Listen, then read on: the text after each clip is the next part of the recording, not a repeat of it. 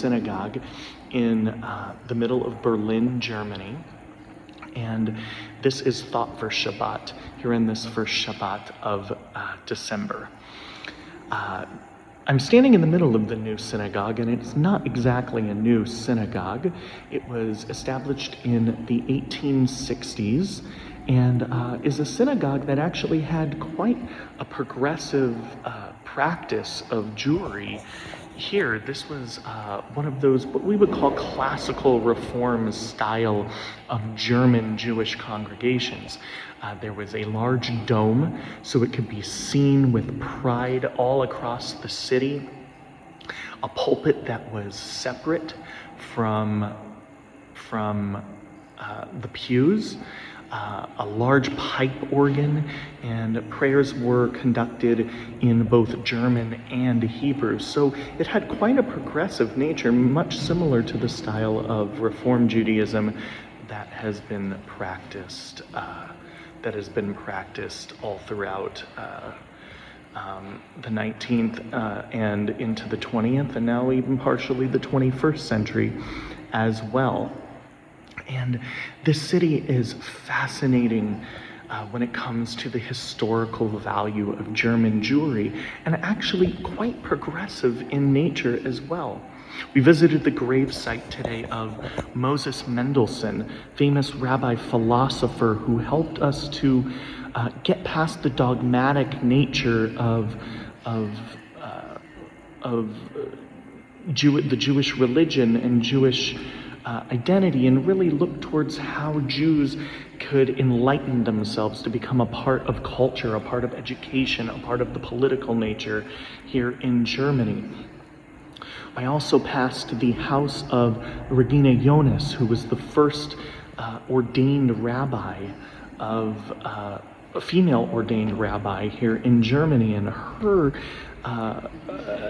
story is phenomenal in that she was one of the only rabbis truly responsible for holding down the fort of faith here in Berlin, primarily after Kristallnacht in November of 1938. And she was here to keep Shabbat holy, to keep practice holy, to keep devotion to God holy in a time where it was easy to question all of that faith.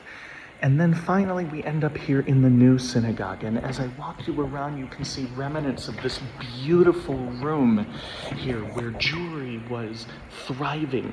This is part here of the Holy Ark and the Torah table here that stood once in this synagogue. Now, although it survived Kristallnacht in 1938, it was badly destroyed in 1943, badly damaged, but we still see that many of the pieces are still functioning or still standing here, even though this is not a functional synagogue anymore.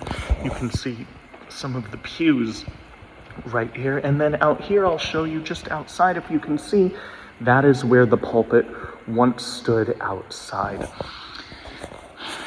It is particularly moving to be in Berlin today, where there is a fast-growing Jewish population here, when only in 1933 to 1945, Jews were practically expelled from this city and this country, sent to concentration camps, many of them to their deaths.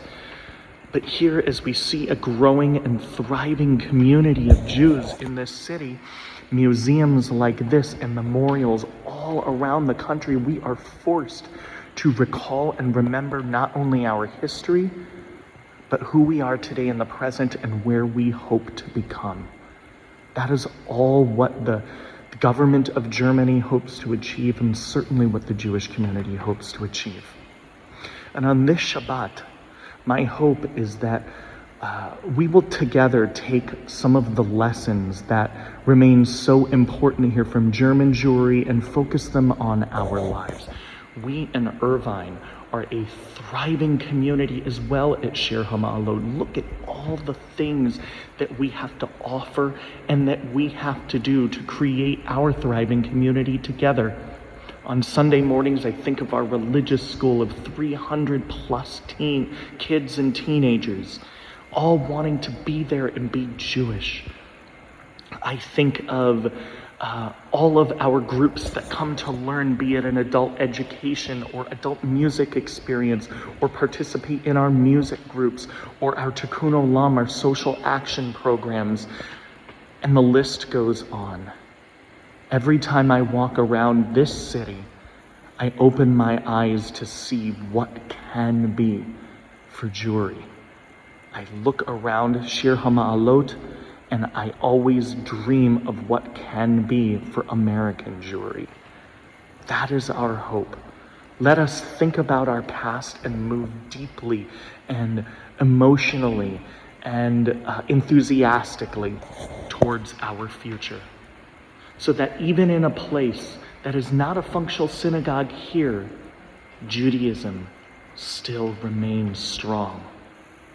I've seen dozens of visitors come in and out, visiting concentration camps. I've seen classes of German teenagers, of students from all around the world coming to visit, to learn and remember. This is what it's all about. Our people remain strong. Judaism remains strong, and together we will keep our faith, our community, our devotion to God, and our devotion to our community moving forward with love and in peace. I wish you all a Shabbat Shalom. Tonight is family services. Although I will not be able to be there, I will certainly be with you in spirit as I pray and continue my journeys all throughout Germany, and heading over to the Czech Republic as I read from our Czech scroll next Sunday in the 80th anniversary of the liquidation of Czech Jewry to Theresienstadt. I am truly honored to be doing this on behalf of our community. Stay well. I wish you all a Shabbat Shalom. Sorry for the lengthy message, but I figured this would be a very special situation and opportunity to speak with you today. Shabbat Shalom. Take care.